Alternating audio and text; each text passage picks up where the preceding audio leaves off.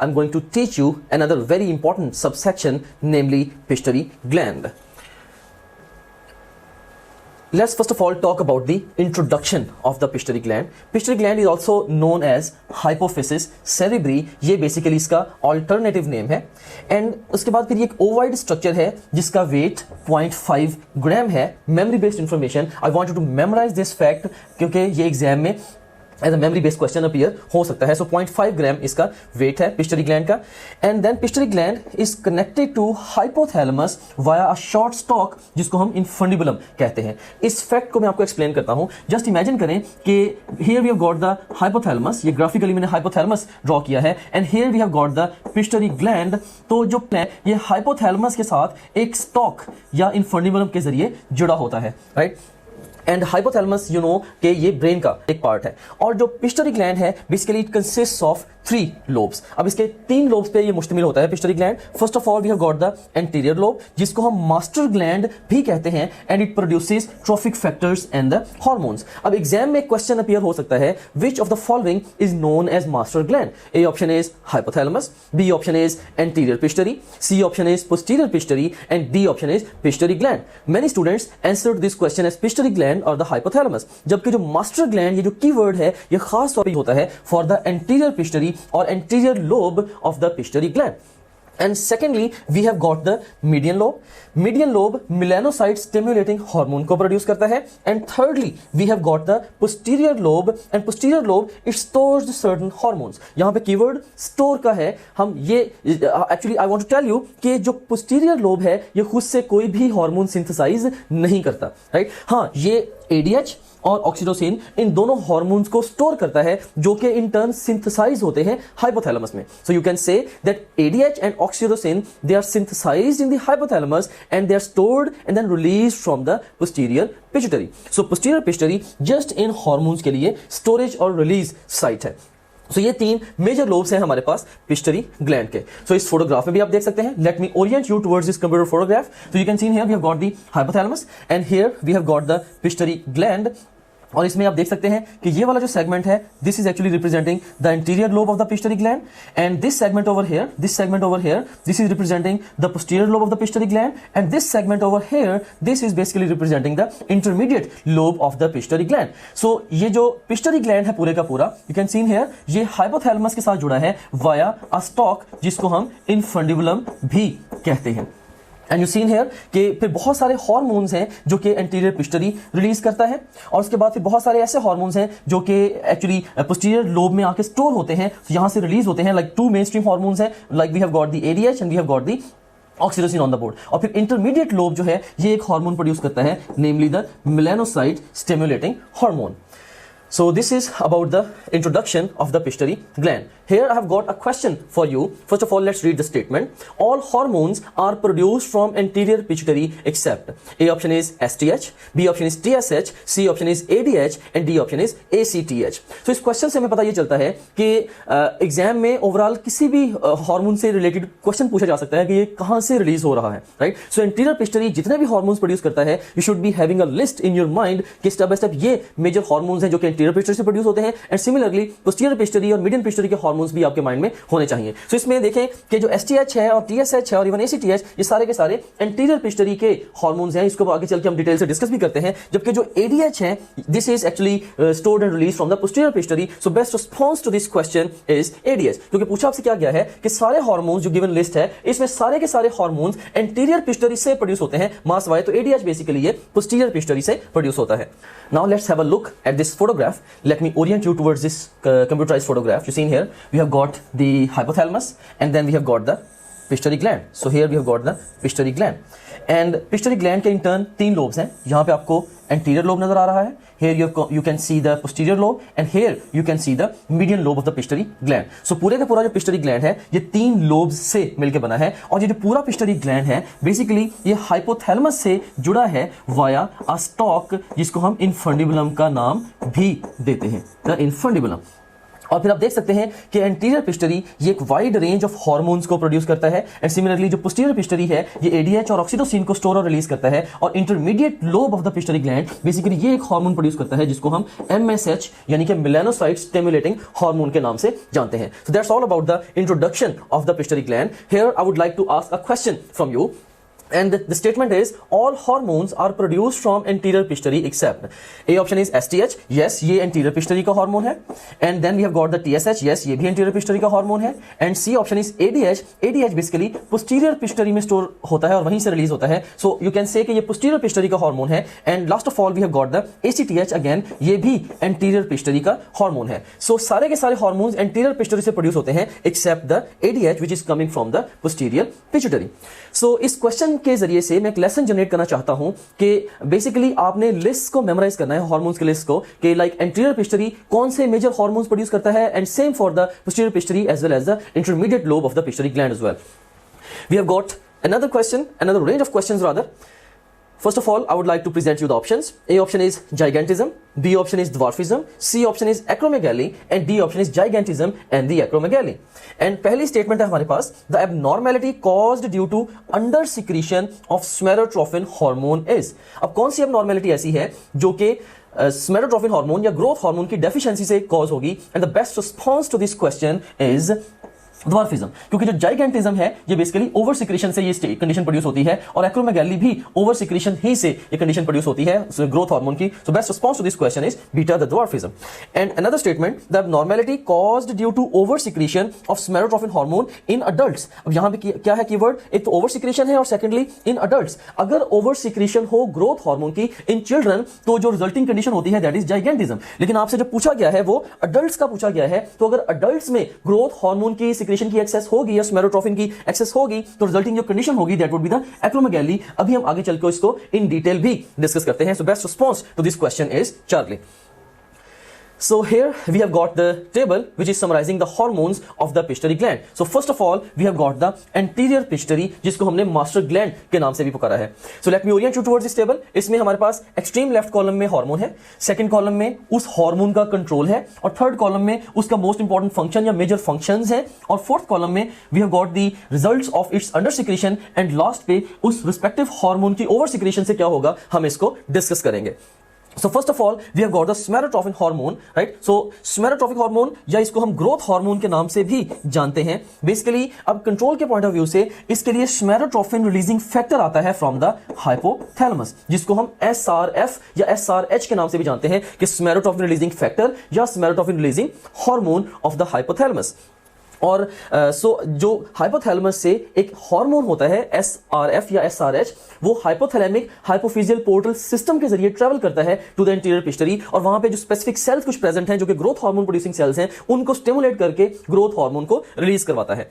And अगर हम functions की बात करें तो जो ग्रोथ हार्मोन है it causes the protein synthesis, right. So protein synthesis cause करेगा जिसके नतीजे में ग्रोथ होती है, राइट. और जो अर्ली एज होती है, अर्ली एज में it causes increase in height as well as increase in the weight. So बच्चों में जो ग्रोथ हार्मोन है इसका मेजर काम क्या है, उनकी हाइट को भी बढ़ाना और उनके वेट को भी बढ़ाना. जबकि आफ्टर एडोलेसेंस इनका जो मेजर काम है इसका जो ग्रोथ हार्मोन का या सोमैटोट्रोपिक हार्मोन का that is increasing the weight. क्योंकि अप्रोक्सीमेटली 18 टू 22 ईयर्स की एज पे जाके जो लॉन्ग बोन्स हैं जिनकी वजह से हाइट इंक्रीज हो रही होती है, बेसिकली उनके जो एंड्स हैं वो आपस में फ्यूज हो जाते हैं.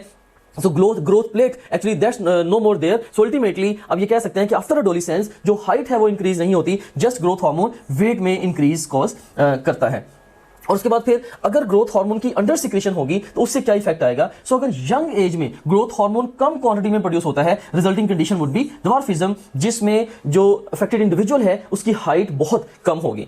और उसके बाद अगर ग्रोथ हार्मोन की ओवर सिक्रेशन हो तो यंग एज में over secretion it results into gigantism, जिसमें हाइट एबनॉर्मली इंक्रीज हो जाती है अफेक्टेड इंडिविजुअल की. और अगर अडल्ट्स में ग्रोथ हार्मोन एक्सेस में प्रोड्यूस होता है it results into the acromegaly. अब आपको पता है कि अडल्ट्स में हाइट तो इंक्रीज हो नहीं सकती, लेकिन ग्रोथ हार्मोन अगर एक्सेस में होगा तो वो हाइट इंक्रीज नहीं करेगा, लेकिन जो जनरलाइज्ड बॉडी के जो स्ट्रक्चर्स हैं या ऑर्गन्स हैं उनके साइजेस को वो इंक्रीज कर देगा. तो इसमें यू सीन है कि जो हैंड्स का साइज है, फीट का, जॉज वगैरह का जो साइज है वो इसमें इंक्रीज हो जाएगा. सो उसकी जो नोज है वो प्रोट्रूडिंग होगी, जो फोरहेड है वो प्रोट्रूडेंट होगा, लाइक जॉज का साइज बड़ा हो जाएगा. एवरी ईयर उनको हैट साइज चेंज हो जाएगा, लाइक इस तरह से ग्लव साइज चेंज हो जाएगा इन इंडिविजुअल्स का. सो हाइट इंक्रीज नहीं होगी, लेकिन अदरवाइज जनरलाइज्ड जो बॉडी स्ट्रक्चर्स हैं उनका साइज रिमार्केबली इंक्रीज होता है in the acromegaly. So bottom line point of my discussion is, अगर यंग एज पे बच्चों में या अगर यंग एज पे या बच्चों में ग्रोथ हार्मोन की डेफिशिएंसी होगी, इससे रिजल्टिंग कंडीशन होगी द्वार्फिज्म, जिसमें उसका कद छोटा होगा।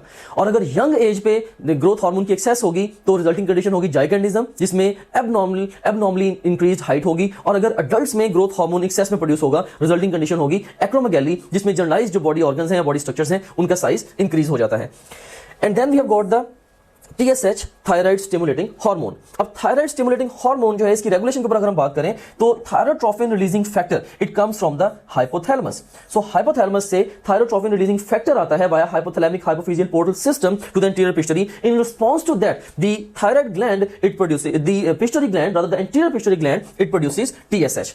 और इसके अलावा जो थायरोक्सिन के लेवल्स होते हैं in the blood, they have got the negative effect on the levels of the TSH। So basically T3 T4 के जो लेवल्स हैं वो एंटीरियर पिट्यूटरी से TSH की प्रोडक्शन को इनहिबिट करते हैं। अभी जो डिटेल्ड रेगुलेशन है इन तीनों हार्मोन्स की जो कि इस टेबल में लिस्टेड है, लाइक STH, TSH और ACTH, इनको नेक्स्ट स्लाइड में सेपरेटली भी डिस्कस करते हैं। बहरहाल यहां पे आप ये मेमोराइज कर लें कि जो थायरोट्रोपिन रिलीजिंग फैक्टर है फ्रॉम द हाइपोथैलेमस वो एंटीरियर पिट्यूटरी से TSH को प्रोड्यूस करवाएगा, जबकि ब्लड में जो थायरोक्सिन के लेवल्स हैं उन्होंने इसको इनहिबिट करना है। यानी कि लेवल्स ब्लड में T3 T4 के जितने ज्यादा होंगे उतने ही जो TSH के लेवल है ये सुप्रेस होगा, उतनी इसकी प्रोडक्शन जो है वो कम होगी।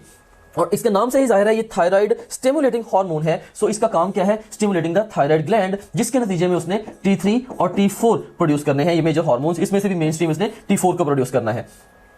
And then we have got the ACTH। अब जो ACTH है, ACTH के हवाले से कॉर्टिकोट्रोपिन रिलीजिंग फैक्टर ये आता है from the hypothalamus. So CRF आप कह लें, कॉर्टिकोट्रोपिन रिलीजिंग फैक्टर, ये आता है हाइपोथैलेमस से। सो हाइपोथैलेमस से ultimately hypothalamic hypophyseal portal system के जरिए ये जो CRF है ये ट्रेवल करेगा to the anterior pituitary. In response to that anterior pituitary would produce ACTH, right. और इवन जो स्ट्रेस है, स्ट्रेस भी अल्टीमेटली जो ACTH की जो रिलीज है उसको इंक्रीज कर सकती है, राइट। और उसके बाद फिर जो कॉर्टिकोस्टेरॉइड्स के लेवल्स हैं in the blood, they have got negative feedback effect on the levels of ACTH, right. जो जैसे ये कॉर्टिसोल है या एंड्रोजन्स हैं, उनके जो लेवल्स जितने ज्यादा होंगे ब्लड में उतना ACTH का लेवल जो है वो सुप्रेस होगा, क्योंकि उनका इसके ऊपर नेगेटिव फीडबैक इफेक्ट है। इसको भी हम नेक्स्ट स्लाइड में इन डिटेल जाके डिस्कस भी करते हैं। अब ACTH का काम क्या है? नाम से ही जाहिर है ये एड्रीनोकॉर्टिकोट्रोपिक हार्मोन है, यानी कि इसका काम क्या है? इसने एड्रीनल कॉर्टेक्स, ये सुप्रारीनल जो ग्लैंड है उसका जो आउटर पोर्शन है जिसको हम कॉर्टेक्स कहते हैं, इसने उससे कॉर्टिसोल और एंड्रोजन्स को प्रोड्यूस करवाना है। बेसिकली अगर हम बात करें सुप्रारीनल ग्लैंड की तो उसके दो मेजर एरियाज होते हैं, एक उसके अंदर आउटर कॉर्टेक्स होता है और इनर मेडुल्ला होता है। जो आउटर कॉर्टेक्स है बेसिकली ये तीन मेजर हार्मोन्स प्रोड्यूस करता है, aldosterone, cortisol and the androgens. इसमें से जो कॉर्टिसोल और एंड्रोजन्स, ये जो दो हार्मोन्स हैं एड्रिनल कॉर्टेक्स के, they are under influence of the ACTH। जबकि जो एल्डोस्टेरोन है, जो कि अगेन एड्रिनल कॉर्टेक्स का ही हार्मोन है, ये इस पिट्यूटरी ACTH के अंडर नहीं है, बल्कि इसको एक सेपरेट सिस्टम जिसको हम रेनिन एंजियोटेंसिन सिस्टम के नाम से जानते हैं, वो इसके लेवल्स को रेगुलेट करता है। और उसके बाद फिर इसकी अंडर सिक्रेशन का कोई रिमार्केबल फैक्ट हमारी टेक्स्ट बुक में नहीं है। हाँ, जो अगर ACTH की ओवर सिक्रेशन होगी, इससे जो कंडीशन रिजल्ट होती है उसको हम कहते हैं that is the Cushing's disease, right. So अगर ACTH के लेवल्स ज्यादा होंगे, इससे एड्रिनल कॉर्टेक्स ज्यादा स्टिमुलेट होगा, इससे जो ब्लड में कॉर्टिसोल के लेवल्स हैं वो भी ज्यादा होंगे, तो इस पर्टिकुलर कंडीशन को हम कहते हैं this is the Cushing's disease. अब कुशिंग्स डिजीज और कुशिंग्स सिंड्रोम अमूमन इनको कन्फेबुलेट किया जाता है। कुशिंग्स सिंड्रोम क्या है? Basically increase cortisol levels, right. So Cushing's disease क्या है? Increase cortisol levels specifically because of increased ACTH levels। So अगर पिट्यूटरी में प्रॉब्लम की वजह से या ज्यादा ACTH के प्रोड्यूस होने की वजह से अगर कॉर्टिसोल के लेवल्स ज्यादा होंगे, इस पर्टिकुलर कंडीशन को हम कुशिंग्स डिजीज कहते हैं, right. So that is the Cushing's disease, right. और कुशिंग सिंड्रोम क्या है? Generally increased cortisol levels because of any reason, may be exogenously cortisol बहुत ज्यादा एडमिनिस्टर करवाया जा रहा है पेशेंट को, पेशेंट स्टेरॉइड्स बहुत ज्यादा ले रहा है, या एड्रिनल कॉर्टेक्स में ट्यूमर है जिसकी वजह से कॉर्टिसोल के लेवल ज्यादा प्रोड्यूस हो रहे हैं, या किसी भी जगह से बॉडी में समहाउ मे बी कोई कैंसर डेवलप हुआ है, वो कॉर्टिसोल ज्यादा प्रोड्यूस कर रहा है। तो ultimately due to any reason अगर कॉर्टिसोल के लेवल्स ज्यादा होंगे, हम इसको क्या लेवल करेंगे कि ultimately it would result into the Cushing's syndrome. और कुशिंग डिजीज वंस अगेन ये है increase cortisol levels specifically because of the increase ACTH because of the problem in the anterior pituitary. So now let's talk about the regulation of these three major hormones of the anterior pituitary. Let me explain this fact to you with the help of this graphical photograph. So इसमें हमने अगर अच्छी तरह से regulation को understand करना है major hormones की, we will have to focus on the whole axis. So first of all, we have got the hypothalamus in the row, and then we have got the anterior pituitary, and then we have got the respective gland. अब देखें जो hypothalamus है, hypothalamus produce करता है TRF. TRF क्या है? Thyrotropin releasing factor. अब thyrotropin releasing factor ये हाइपोथैलेमिक हाइपोफिजियल पोर्टल सिस्टम के जरिए ट्रेवल करेगा to the interior pituitary and in response to the TRF of the hypothalamus interior pituitary क्या करेगा? इससे कुछ स्पेसिफिक सेल्स प्रोड्यूस करेंगे TSH, that is thyroid stimulating hormone. और thyroid stimulating hormone interior pituitary से प्रोड्यूस होकर जाएगा ब्लड में एंड ब्लड के अलोंग इट ट्रेवल करेगा to the thyroid gland and in response to the TSH the thyroid gland will produce T3 and the T4। और जो T3 and T4 है, अब T3 T4 का नेगेटिव फीडबैक इफेक्ट है on the TSH as well as on the TRF, right? So you can seen here कि interior pituitary से TSH किस तरह से रेगुलेट हो रहा है। यू सीन हियर कि हाइपोथैलेमस से thyrotropin releasing factor interior pituitary को स्टिमुलेट करता है जिससे TSH की प्रोडक्शन स्टिमुलेट हो रही है, जबकि जो T3 T4 लेवल्स हैं इन द ब्लड वो TSH को डायरेक्टली इनहिबिट कर रहे हैं। They have got the negative feedback effect on the production of the TSH and similar situation है for the other hormones as well. For example you seen here कि hypothalamus produce करता है corticotropin releasing factor और corticotropin releasing factor ये hypothalamic hypophyseal portal system के जरिए travel करेगा to the interior pituitary in response to the CRF certain specific cells of interior pituitary they would produce the ACTH और adrenocorticotropic hormone which would travel via blood to the adrenal cortex and in response to the ACTH adrenal cortex would produce the cortisol and the androgens. और cortisol और androgens का भी अब again इसका भी जो ACTH और इवन जो CRF है इनके ऊपर नेगेटिव फीडबैक इफेक्ट है, बिल्कुल ऐसे ही जैसे हमने T3 T4 के केस में देखा था कि TSH और TRF के ऊपर इसका नेगेटिव फीडबैक इफेक्ट था। सो आप देख सकते हैं कि ACTH की प्रोडक्शन स्टिमुलेट हो रही है by the CRF of the hypothalamus और ACTH की प्रोडक्शन इंटीरियर पिट्यूटरी से इनहिबिट हो रही है because of the negative feedback of the cortisol and the androgen. तो ये वही फैक्ट्स हैं जिनको प्रीवियस टेबल में सम अप करके भी आए हैं।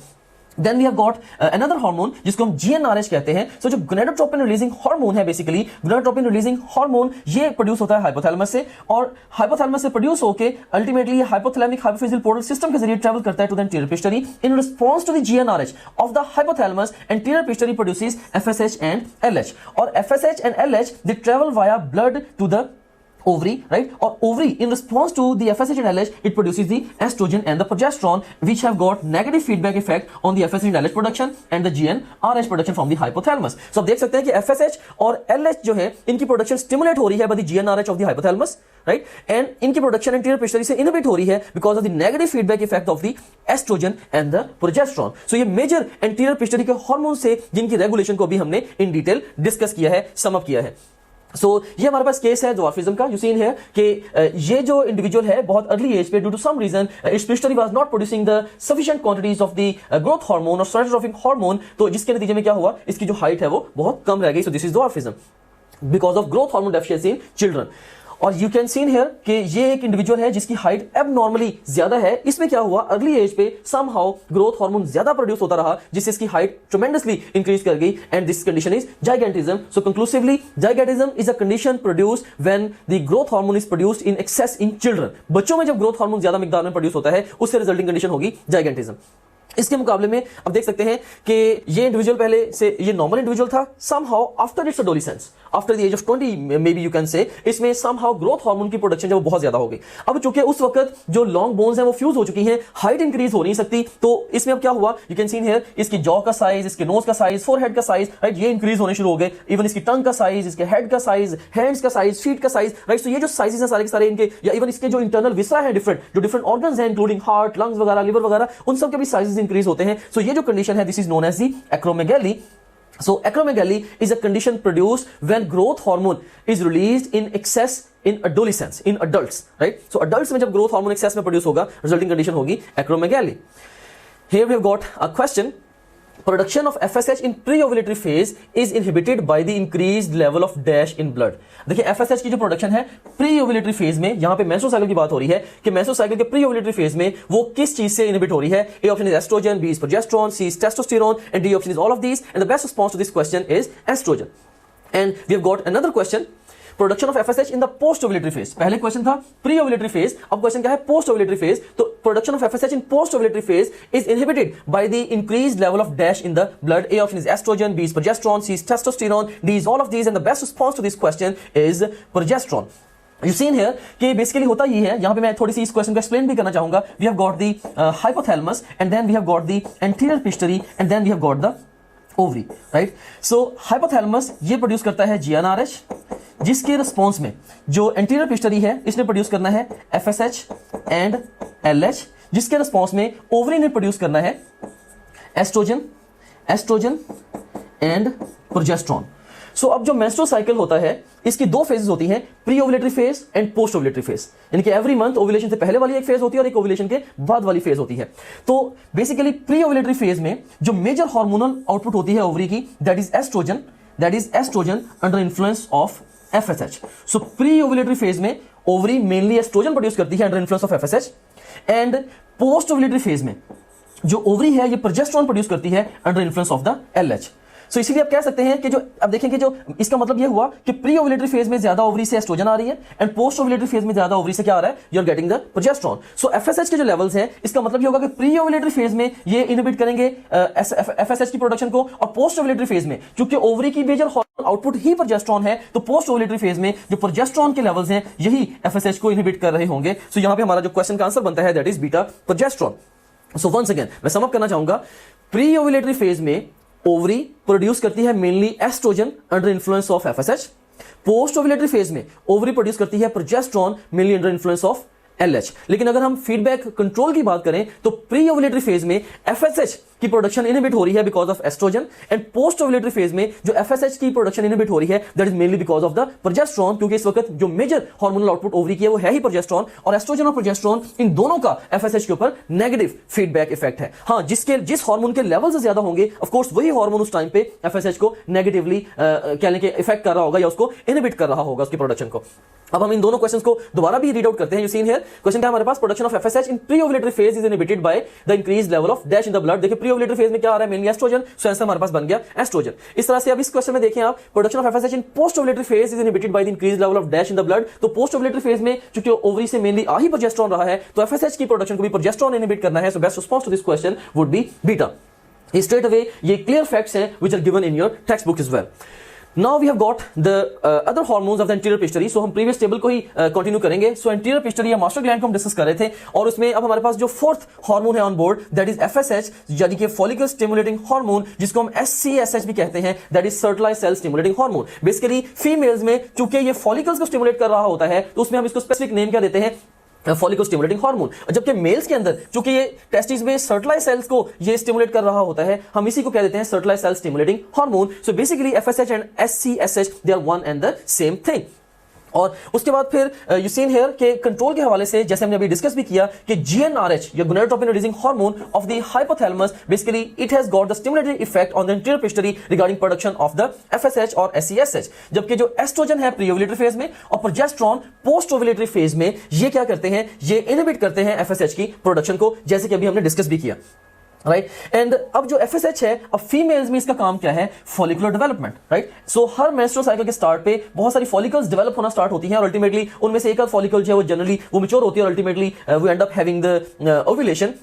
तो जो फॉलिकुलर डेवलपमेंट है in the beginning of every menstrual cycle वो किसका काम है, एफएसएच का काम है। और इसी तरह से जो एस्ट्रोजन प्रोडक्शन है फ्रॉम द डेवलपिंग फॉलिकल्स ये भी किसका काम है, ये भी एफएसएच का काम है। जैसे कि हमने पहले जिक्र भी किया कि प्री ओवुलेटरी फेज में ओवरी मेनली एस्ट्रोजन प्रोड्यूस करती है under influence of the FSH, जबकि मेल्स में ये पैराडॉक्स है क्योंकि इसका नाम एफएसएच है, फॉलिकल स्टिमुलेटिंग हार्मोन। बहुत सारे स्टूडेंट्स ये समझते हैं कि फीमेल के मेल्स के अंदर ये हार्मोन इनसिग्निफिकेंट है, लेकिन मेल्स के अंदर भी इसका रोल है। Somehow it has got very important role in the sperm production. So दो मेजर हार्मोन्स हैं जिनका स्पर्म प्रोडक्शन में इंपॉर्टेंट रोल है, one is FSH and the other is testosterone। अगर इन दोनों हार्मोन्स में से एक भी हार्मोन सफिशिएंट क्वांटिटीज के अंदर नहीं मौजूद होगा तो नॉर्मल स्पर्मेटोजेनेसिस नहीं हो पाएगी। सो स्पर्म प्रोडक्शन में इन्वॉल्व है ये FSH या SCSH in males.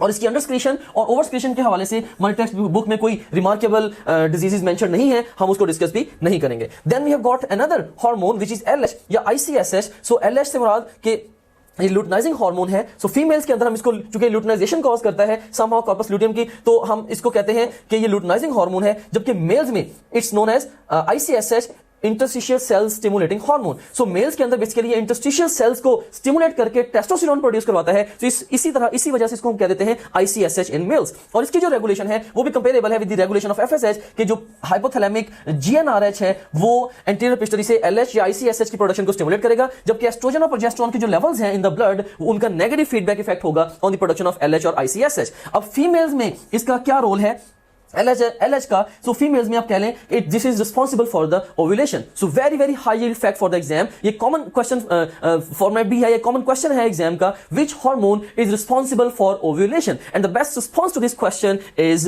LH. So LH जो है ये ovulation के लिए responsible है. जो exam इस तरह से भी question पूछ सकता है, the surge या rapid increase of which hormone is responsible for ovulation? And the best response to this question is again the LH or the ICSH. और उसके बाद फिर इसको secondly luteinization of the follicular cells, ये भी इसका major काम है. इसके अलावा कॉर्पस लूडियम को मेंटेन करना, जैसे कि हमने फीमेल रिप्रोडक्टिव फिजियोलॉजी में डिटेल से डिस्कस भी किया था, वो भी काम है किसका, एलएच का, आईसीएसएच का. और इसी तरह से प्रोजेस्टेरोन की प्रोडक्शन फ्रॉम द कॉर्पस लूडियम, ये भी इसी का, एलएच ही का काम है. और उसके बाद फिर मेल्स के अंदर जो एलएच है या आईसीएसएच है, इसका मेजर काम क्या है, टेस्टोस्टेरोन प्रोडक्शन. सो ये जितने भी फंक्शंस हैं, आप इन फंक्शंस को मेमोराइज करना है. सो जितने भी हम हार्मोन्स को डिस्कस कर रहे हैं, इनके फंक्शंस की जो लिस्ट है आपने केयरफुली मेमोराइज करनी है, क्योंकि एग्जाम आपको फंक्शन दे के हार्मोन पूछ सकता है या हार्मोन दे के उसके फंक्शंस पूछ सकता है, like which of the following is और is not the function of the LH और एफएसएच. और similarly ovulation is the function of which of the following hormones. So ये मोस्ट कॉमन क्वेश्चन फॉर्मेट है. सो अगर आप इस फॉर्मेट में questions को आंसर करना चाहते हैं, you need to memorise the list of this functions. And then we have got the prolactin, right? So prolactin एक और हार्मोन है anterior pituitary का, and prolactin की जो प्रोडक्शन है ये इनहिबिट होती है by the prolactin inhibitory factor of the hypothalamus. Generally हमने ये देखा कि anterior pituitary के जो हार्मोन्स हैं, उन हार्मोन्स पे स्टिमुलेटरी इफेक्ट है हाइपोथैलेमिक फैक्टर्स का, लेकिन जो प्रोलैक्टिन है इसके केस में एक पैराडॉक्स है कि हाइपोथैलेमस से प्रोलैक्टिन की प्रोडक्शन के हवाले से स्टिमुलेटर की बजाय इनहिबिटर आता है, right? So we have got the prolactin inhibitory factor या prolactin inhibitory hormone over here. अब इसके फंक्शंस कौन कौन से हैं? First of all we have got the synergistic effect with LH to maintain the corpus luteum. अब synergistic effect क्या होता है? Like you seen here 1 + 1 = 2. अगर एक हार्मोन का इफेक्ट 1 है और दूसरे का भी 1 है, तो दोनों का मिलकर इफेक्ट अगर 2 हो जाए, हम कहते हैं ये जो इफेक्ट है दिस इज एडिटिव इफेक्ट. लेकिन अगर 1 + 1 इट बिकम्स मोर देन 2, यानी कि एक हार्मोन अगर अकेला इफेक्ट 1 देता है, दूसरा भी अकेला 1 इफेक्ट देता है, लेकिन दोनों मिलकर इफेक्ट 2 से ज्यादा दे, हम कहते हैं कि इनका एक दूसरे के ऊपर क्या है, सिनर्जिस्टिक इफेक्ट है, राइट? सो इसका कॉर्पस ल्यूटियम को मेंटेन करने के ऊपर एलएच के साथ synergistic effect है, and similarly it has got synergistic effect with hymen placental lactogen to maintain pregnancy. So जो ह्यूमन प्लेसेंटल लैक्टोजन है उसके साथ भी प्रोलैक्टिन का कह लें कि सिनर्जिस्टिक इफेक्ट है प्रेगनेंसी को मेंटेन करने के हवाले से. और उसके बाद फिर प्रोलैक्टिन इसका बहुत इंपॉर्टेंट फंक्शन जो है वो development of the mammary glands है. So during the pregnancy basically prolactin वो हार्मोन है जो मेमोरी ग्लैंड्स को मिल्क प्रोडक्शन के हवाले से प्रिपेयर कर रहा होता है. And then last of all we have got the milk production. So you can remember P for prolactin and P for production. So prolactin is a hormone which is responsible for milk production. Milk production और milk ejection दोनों में फर्क है, right? Milk production से मुराद क्या है कि mammary glands के अंदर मिल्क का बनना, एंड मिल्क इजेक्शन से मुराद क्या है कि मेमोरी ग्लैंड से बेबी के माउथ में मिल्क का जाना. सो बेसिकली जो प्रोलैक्टिन हार्मोन है ये मिल्क प्रोडक्शन के लिए रिस्पांसिबल है. I want you to memorise P for prolactin and P for production. So prolactin is responsible for milk production. Very commonly tested fact on the exam. और prolactin के हवाले से भी कोई अंडरस्क्रीशन या ओवरस्क्रीशन को लेके कोई रिमार्केबल फैक्ट्स हमारी टेक्स्ट बुक में नहीं है, सो हम इनको इन डिटेल डिस्कस भी नहीं करेंगे. So here I have got a question for you. The statement is progesterone inhibits the production of, A option is GnRH, B option is FSH, C option is oxytocin, D option is all of these. So you seen here कि progesterone ये GnRH को भी inhibit करेगा, even FSH को भी inhibit करेगा, और even progesterone जो है क्योंकि ये हार्मोन है प्रेगनेंसी का, progesterone is the major hormone of the pregnancy, तो ऑक्सीटोसिन ने यूट्राइन कंट्रैक्शन कॉज करनी होती है, तो प्रोजेस्टेरोन इवन ऑक्सीटोसिन की प्रोडक्शन को भी ये इनहिबिट करेगा. So best response to this question is the all of this. So with this we have concluded our discussion with the anterior pituitary, and now we are going to start off our discussion with the median pituitary. So you seen here median pituitary जो hormone produce करता है उसको हम MSH कहते हैं, that is melanocyte stimulating hormone. नाम से ही जाहिर है ये मेलानोसाइट्स को स्टिमुलेट करेगा, राइट? सो इसमें अब देख सकते हैं कि कंट्रोल के हवाले से जो एक्सटर्नल लाइट है बेसिकली वो मीडियन पिट्यूटरी से MSH की प्रोडक्शन को स्टिमुलेट करती है, राइट? यानी कि जितना ज्यादा आप धूप में निकलेंगे उतना ज्यादा मेलानोसाइट स्टिमुलेटिंग हार्मोन ज्यादा प्रोड्यूस होगा, और उतना ही मेलानिन पिगमेंट ज्यादा प्रोड्यूस होगा, और उतना ही स्किन का कलर जो है वो डार्क हो जाएगा. सो यहां से ये चीज भी समझ में आती है कि जिन इलाकों में सूरज कम निकलता है वहां पे लोगों का जो कलर है जनरली वो फेयर है, ज्यादा गोरा रंग है. और इसी तरह से ये जो बहुत सारे जो लोग हैं वो अगर सनलाइट को अवॉइड करते हैं, लाइक धूप में जाते हुए अम्ब्रेला वगैरह को यूज करते हैं या सन ब्लॉक को यूज करते हैं, बेसिकली ऑब्जेक्टिव क्या होता है कि सनलाइट एक्सपोजर कम हो, MSH कम प्रोड्यूस हो और कलर जो है वो फेयर हो जाए. एनीवेज सो एक्सटर्नल लाइट इसका स्टिमुलेटरी इफेक्ट है. इसके अलावा हाइपोथैलेमस से मेलानोसाइट इनहिबिटरी फैक्टर आता है जो कि मेलानोसाइट स्टिमुलेटिंग हार्मोन की प्रोडक्शन को मीडियन पिट्यूटरी से इनहिबिट करता है. सो ये भी एक पैराडॉक्स है. सो हमने देखा कि हाइपोथैलेमस से एक तो प्रोलैक्टिन के लिए इनहिबिटरी फैक्टर आ रहा था, लेकिन प्रोलैक्टिन हार्मोन था किसका, एंटीरियर पिट्यूटरी का. एंड सेकेंडली इसके MSH के लिए भी इनहिबिटरी फैक्टर आ रहा है, और ये MSH हार्मोन है किसका, मीडियन पिट्यूटरी का. सो यू सीन हियर, इसके फंक्शन को थोड़ा डिटेल से देखते हैं। It stimulates the melanocytes. You seen here, अब मेलानोसाइट्स क्या है? ये वो सेल्स हैं जो कि स्किन के beneath प्रेजेंट हैं, और जब ये स्टिमुलेट होते हैं तो ये मेलानिन एक ब्राउन पिगमेंट प्रोड्यूस करते हैं, जिसकी वजह से स्किन जो है वो डार्क हो जाती है, राइट। सो आपने याद रखना है